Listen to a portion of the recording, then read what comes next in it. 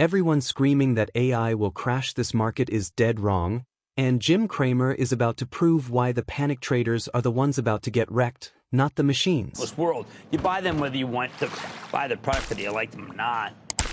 Frankly, I don't believe that AI will wipe out the white-collar workforce. Let me give it to you straight, though, because I don't think the narrative you're going to hear about today is going away. I think it will hurt the price-to-earnings multiples, what we pay for a host of stocks, causing them to drop without seeming, well, let's say, anything being wrong.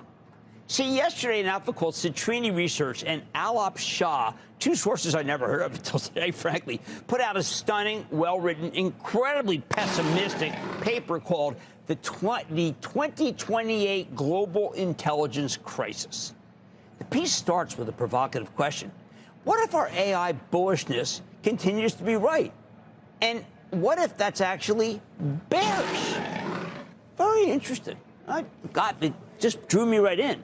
What follows was a dystopian tale set in 2028 of incredibly high unemployment and incredibly low consumer spending because the robots will replace us. Apparently, humans are nothing but friction. As AI gets better and better, more and more white-collar jobs will disappear. Basically, they're predicting that most of the middle class will cease to exist.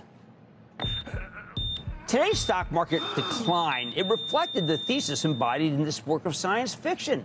The worst hit were software stocks, which, according to the 2028 Global Intelligence Crisis, will be all but destroyed by AI that can write code better than they can. This paper argues that software companies will eventually be forced to lay off tons of workers, and the companies instead will invest their savings in AI tools that can be used to maintain their output with dramatically lower costs. And according to these guys, software is only the opening act. The housing complex, banking, retail will all be laid to waste by this white-collar crunch as the good jobs disappear. The private equity firms that bought most of the companies that have been taken private in technology, well, they're going to go under, perhaps causing a credit crunch. Unemployment skyrockets. The world as we know it collapses. It does everything but quote Billy's famous line from near the end of Predator. We're all going to die. And the stock market today took it seriously. Today we saw one more pummeling of the enterprise software stocks that we used to know and love. Salesforce, Workday, Adobe, and their accolades, along with ServiceNow. For some reason, the paper really zooms in on ServiceNow, and it is not optimistic. It talks about how all these companies will no longer be able to charge what they used to because too many of their clients will be able to develop software in-house using AI instead of settling for, let's say, 4-year contracts with 5% price increases.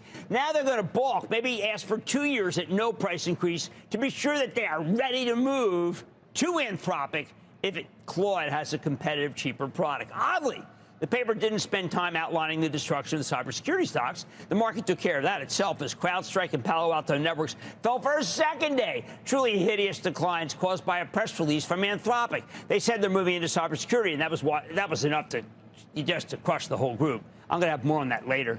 But for now, I need to say that this vision of global intelligence crisis that destroys the economy, I don't know. I think it's a reach. This screen reminds me of a piece of research during the initial GOP-1 craze, where an analyst was recommending buying the airline stocks because people would all weigh less and save the airlines a lot of money on fuel.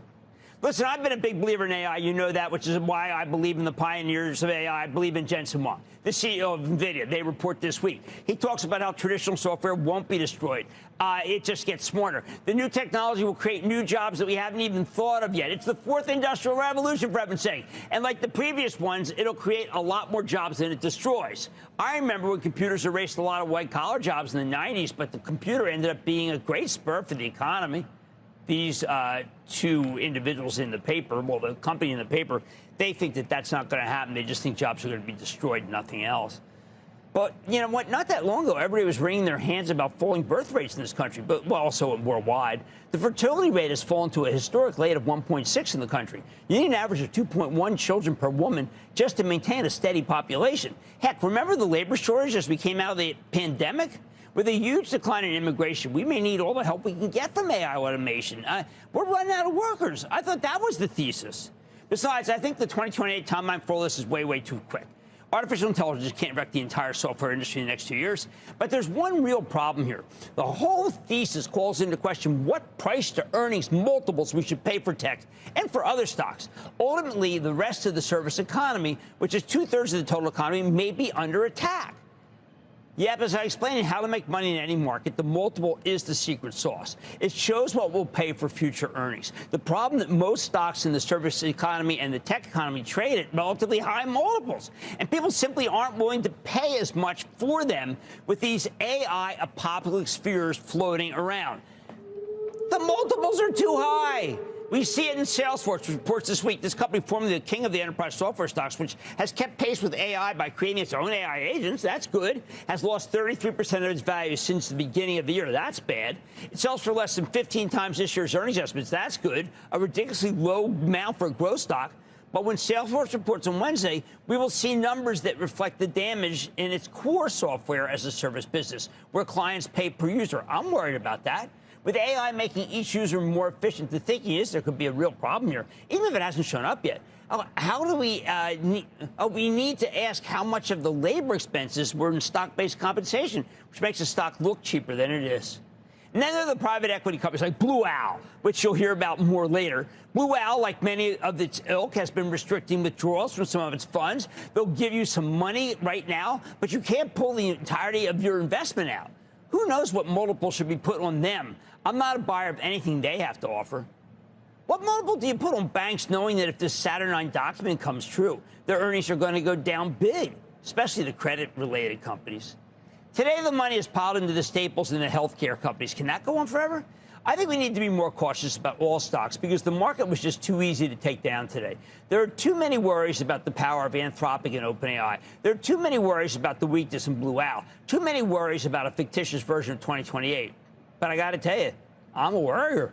Here's the bottom line. There's just too many things that can go wrong if we buy the wrong stocks. Don't I know it? We own some of the wrong stocks for my charitable trust. We've made some sales, but I can't help but grow more pessimistic, as you'll hear on at the Friday meeting that we have, when I see how easily a piece of science fiction can crush the market as if it's science fact. It's a way more difficult market than many of you think.